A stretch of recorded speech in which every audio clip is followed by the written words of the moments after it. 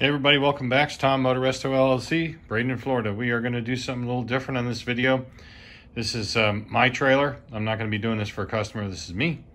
And this is my, this is actually a Harbor Freight, what do they call it, tag-along. Harbor Freight has made these in quite a while. I believe the manufacturer year on this one, on the plate, is 2009. I've had it for a number of years, and I've actually used it behind a motorcycle a number of times. 3 times I think I've done long distance trips with it, and it's been great. I've only had one small problem, and that's with tire valves. It actually threw the rubber tire valve almost completely off from it warbling around me because it needs the high pressure valves, which are longer. So I switched those over to the metal valves, and since then I haven't had one lick of trouble, even with these wheels and bearings and the tires. 80 miles an hour, no problem. They don't even get warm. Of course, I don't have a whole lot of weight in this thing when I pull it behind the Concourse 14. So mainly it's more of a convenience factor, and you can haul not necessarily heavier but bulkier luggage. And when you go to take a P-stop or something, you want to throw your gear under lock and key, it's real easy to stuff it right into the trailer and walk away and leave your helmet in there and stuff. And it's reasonably secure. I got a swivel hitch on this trailer, which is really nice. That's upside down right now because that's the way it likes to live. But it's a nice trailer. Now, what I'm going to be doing here, the only thing I don't like about it is that the axle is metric. And although the bearings are not unobtainium, they're getting real damn close to being unobtainium. And the ones that you can find are either outrageously expensive, which is what this has, or they're the cheap crap Chinese junk bearings that you wouldn't want to put on your worst enemy's trailer. So basically, I'm going to fabricate a new axle for this, leaving the springs the way they are. Actually, it's a single leaf right now. I took the other leaf out. And I'm going to fabricate a new axle out of square tubing. I got the stub axles, I got the hubs, and we'll go over all the parts I'm going to use here in a minute. So that's what we're going to do in this video. So I hope you enjoy it. It's going to be a fun project. Now, of course, the first thing I need to do is take the luggage tub, whatever you want to call it, off. I'm going to do that off camera. It's not very difficult to do. It's only 4 fasteners with fender washers between the, there's tabs. You'll see them. I'll point them out when I have the trailer frame bare. I got to take the spare off. And the lights and stuff can stay. It's not gonna be a problem. We're gonna flip it over, but I'll bump up the height of it so we're not sitting on the lights. You see these sit a little proud of the actual cross member there of the frame. And then we'll just leave it alone. Plus the fenders, I don't want them to get damaged. So we'll just kind of jack it up or block it up really, upside down so we can work on the bottom. But I'll go ahead and take this off, the tub, that guy, and the spare tire and stuff, and then we'll get it flipped over and we'll come back. And then I'll show you all the parts and stuff. You see one of them right here is my square tubing, but I'll lay everything out and show you. If it had hair around it, I'd hit it straight off. That's enough of that shit. Get out of there. I'll get them out. Oof. Yeah, that's probably easier to do without them wheels on there. Yeah. It's kind of heavy with them on there. Yeah. Note to self, don't do that again. All right, so this is what I'm going to use. Of course, that square tubing I mentioned before. These stubs, they're 1 inch, typical to a lightweight trailer with a 4x4 wheel and a 4 lug hub, and then the associated innards. Now, I'm not going to use these bearings except for mock-up, because they're the cheap Chinese crap. China, see? Yuck. So I'm not even going to put any grease in or anything, because those races are going to be banged out. When I get some better bearings, and I'll put those races and bearings in that fit these stubs. I'll just bring them down to a high-end bearing place down Scary Soda, Florida, and where I normally go for bearings, a place called Bearings Marketing. Excellent place. Look them up if you're in Scary Soda and you need some bearings or seals. So I got the seals, we can use them, but we're definitely going to put good bearings in this. I don't trust those at all. Now this already has, as I said before, good bearings. All right, these bearings and these hubs are the FAG bearings, and they are excellent. And they're giving me good life. The trouble is, again, they are wicked expensive. They're unusual in size. The actual diameter of this stub, which I'll show you, is just under an inch. In Imperial, when you measure it, it's like 986 or something like that. So you got to use the metric bearings. Now, again, they are available. And they're available, you know, through Amazon, and you kind of drill down to find them. But they're absolutely not available on the road, and they're double absolutely not available at Harbor Freight. If I get into trouble with my bearings on the road, one or the other or both, which is unlikely because I'm pretty anal about maintenance, but if I do, I want to be able to walk into an auto parts store even to put another set of bearings in. I carry a spare set with me. I have a cheapo set of the metric size. I only have one pair though. That would be for, you know, because I figured both of them are never going to go. So I want to be able to, number one, I'll use those for, you know, for emergency spares. And I want to be able to go into an auto parts store or a Walmart and just source bearings if I need to. And of course, you know, I'm probably not going to keep this forever. This will make it, I think, a lot more desirable for resale for another motorcyclist that wants to tow it behind like a Goldwing or something. That it's got a much more sturdy axle, and it's got SAE or USA or Imperial, whatever you want to call it, size bearings and stubs. And you know, these are just so much nicer. I mean, they're just bigger. They're nicer. The nuts are bigger. I mean, everything looks good. So let's take a look at this chintzy axle that Harbor Freight used. I put this piece of V channel in when I first did this trailer. This was just an empty piece of U channel. And you can see what they ended up doing was they put a round stub in it and then just welded it up, and it has an end plate. Before any of this comes apart, I'm going to start making my measurements. I need to know the distance between the hub flange and the other hub flange, the outer surface. And I'm going to make a reference distance to something like with a square on the inside of the frame itself, and write all this stuff down and just have it for, you know, when I start to fabricate this thing. It may not be simple enough just to cut the square tubing here, this guy, off to that length. I don't know if that's going to be the way to do it or not. I got to figure this out yet. I'm also going to have to replace the U-bolts, I'm pretty sure, to a little bit bigger size, but I'm not 100% sure yet. So that's not a big deal. I can run down the trailer supply place and get those. I would have gotten them, but I wasn't sure, like I said. Now, as far as these saddles go, let me zoom you up a little bit on that. These saddles where the pins are that locks this thing into a certain position on the spring. I'm going to either cut those off and re-weld them to the square tubing, if I can do that, or I might just make them from scratch. I'll probably end up reusing these. My gut tells me, I feel it in my cells, that I'm going to be reusing these. So anyway, that's the plan at least. And so I think it'll be kind of cool to have this set up with, you know, all, you know, easily sourceable wheel parts. This is just a real pain in the ass to get these. And if you go on any of the trailer towing forums or Facebook pages for motorcycle trailer towing, that is, this is a very, very common question that comes up with not only this tag along, but the other plain Jane Harbor Freight, you know, flatbed trailers they sold in this size range that people put those, you know, boxes like Sears X cargos and stuff on. And they're all saying, hey, I need bearings, where do I get them? And it's just it's a pain in the ass. So we'll go ahead and get this started. Again, I'm going to make some measurements, write it all down, and then we disassemble it. You don't need to see all that, but maybe I'll put some highlights in.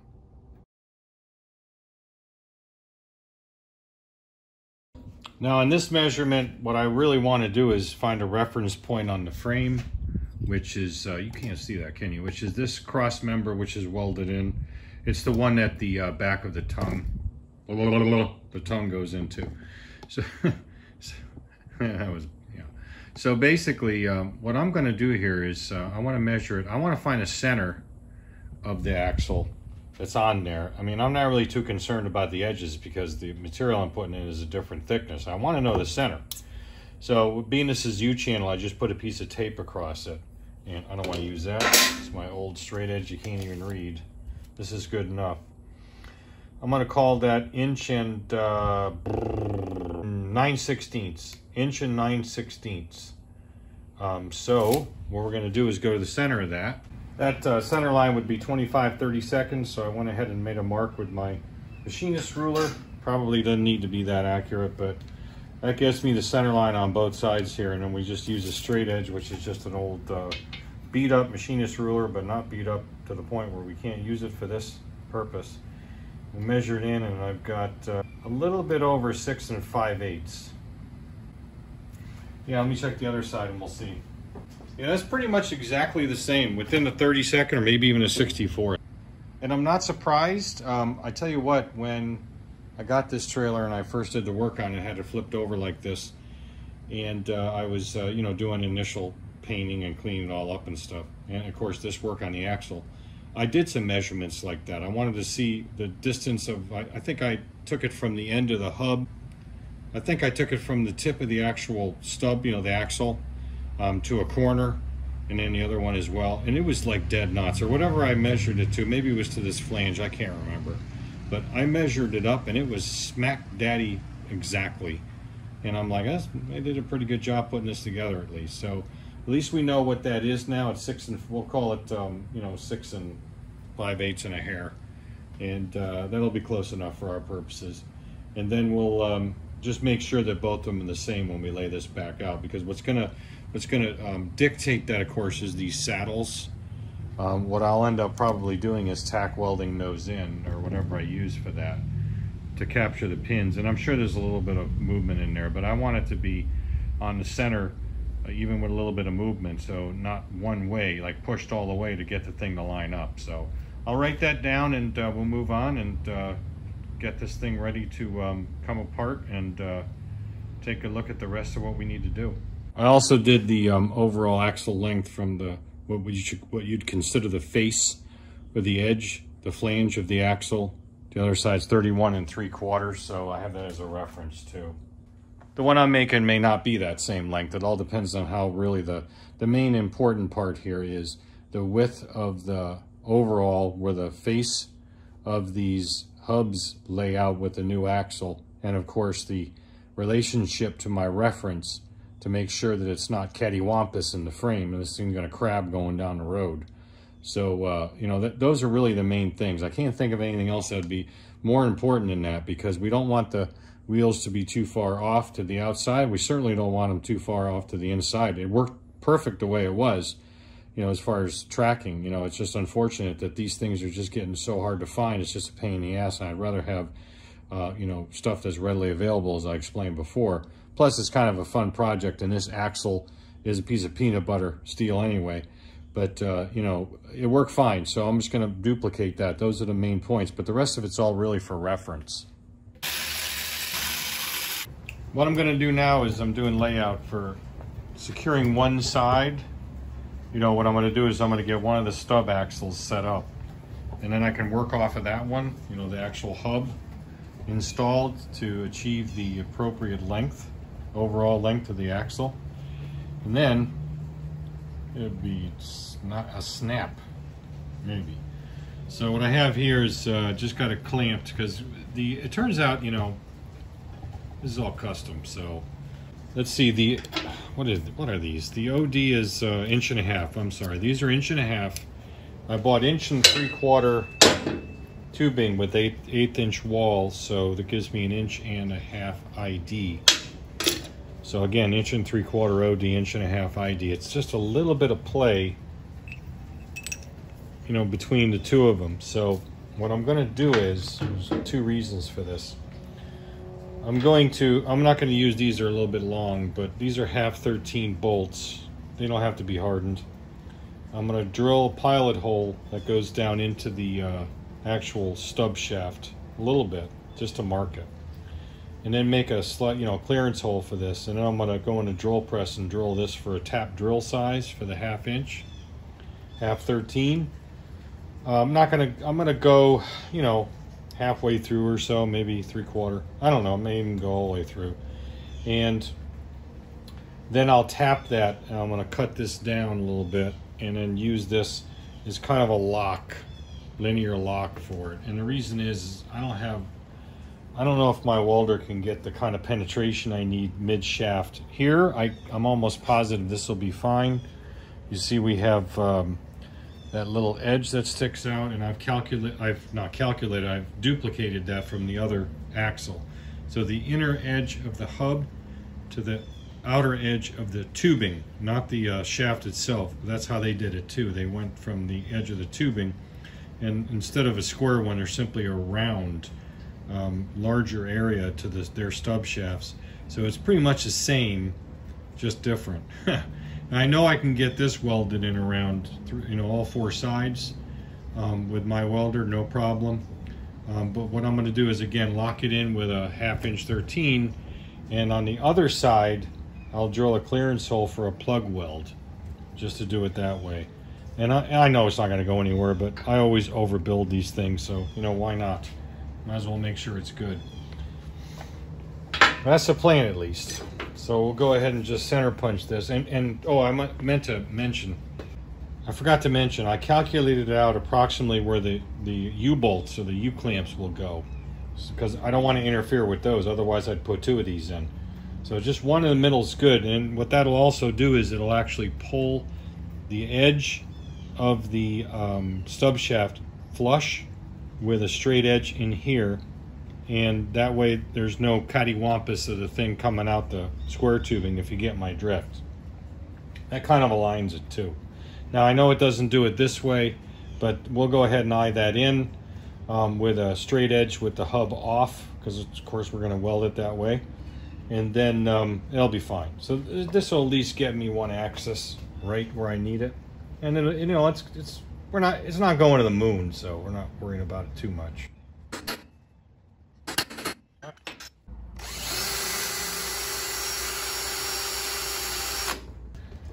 I'm getting a new drill press here soon. More on that later.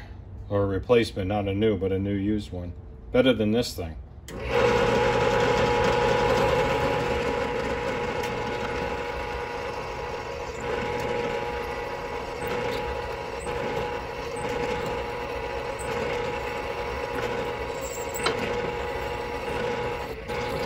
This drill press is old. My brother and I bought this for our father in 1980. It has a 1980 build date on it. It may have been 81, I don't know, but we got it for him for a birthday or Christmas or something. And I used it for many projects over the years. So I've had it down here in Florida for a while, a couple of years now. I don't know, maybe a couple, 5, 6, who knows. And I'm going to be changing that out soon, as I said before. More on that later. I'm not going to get rid of it. I don't think it's too much of a family heirloom, I guess you'd call it, but it's a sterling industrial machine made in probably Taiwan back then, but it works, so we're going to see what we can do with it now.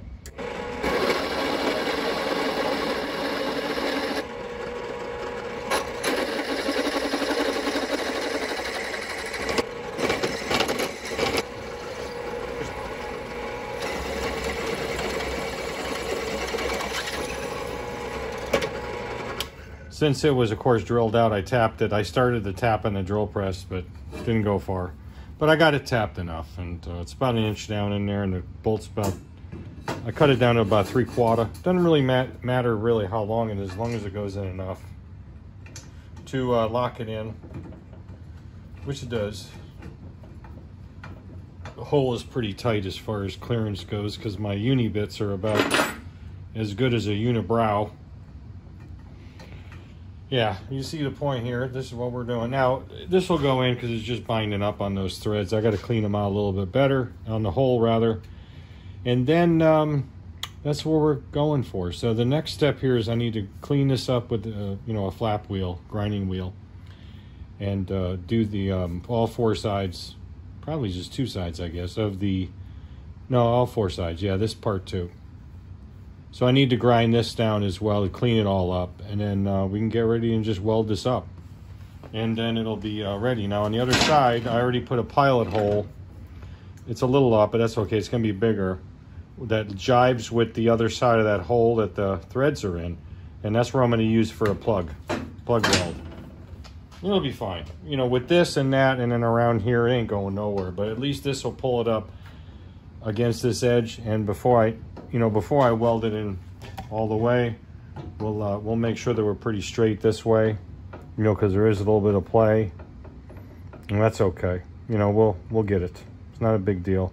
Like I said, it's not going to the moon, but I want it as close as possible. I'm getting this straight with the square tubing in this direction. Remember, this bolt's pulling it up against the inside of that, so it's flush. So I'm getting, what I'm going to do here is, I tried this, it worked pretty good. I can hold this square against the outside and use my Starrett machinist square to go right up against that square. Doesn't even matter what radius I'm on at this point, because as long as I'm pretty straight on the shaft, she said shaft, and that's dead nuts. Now it just turned out that, I'll show you later because I don't want to move it, but on the other side I made a bigger hole to do that plug weld, and that, you know, with the burr on that, I didn't deburr it, I just jammed this in, and that went in pretty tight, so it's keeping this thing from warbling around, so it works pretty good actually, doing it that way. I thought I was like, oh, I should have used a hole saw, but then I think I'll do it the same way on the other end too, because again, it jams it up and you know, keeps it straight. So what we'll do is we'll tack it. I got to protect the entire end of the shaft here, of course, and this is where the seal rides, the stub shaft, and then we can go ahead and do this part up. So stand by. Just going to go ahead and tack it up on both sides of the area, you know, the place where it can actually swivel a little bit, and then we'll check it again and make sure. This is actually from a shock absorber. I cannibalized this off of the, you know, the pressure reservoir, whatever you call it, and it's going to work perfect for that. It's aluminium. All right.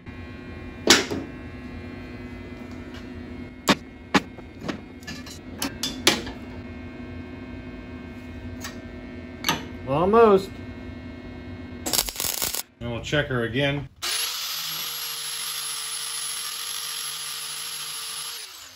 Little high spot there. Man, dead nuts. Perfect. I hate doing this with the ground, but the damn thing is too short to go to the other end with having the machine closer to me. This job is turning into one of those, if I had a hammer, I wouldn't hammer in the morning. I'd hit myself in the freaking head.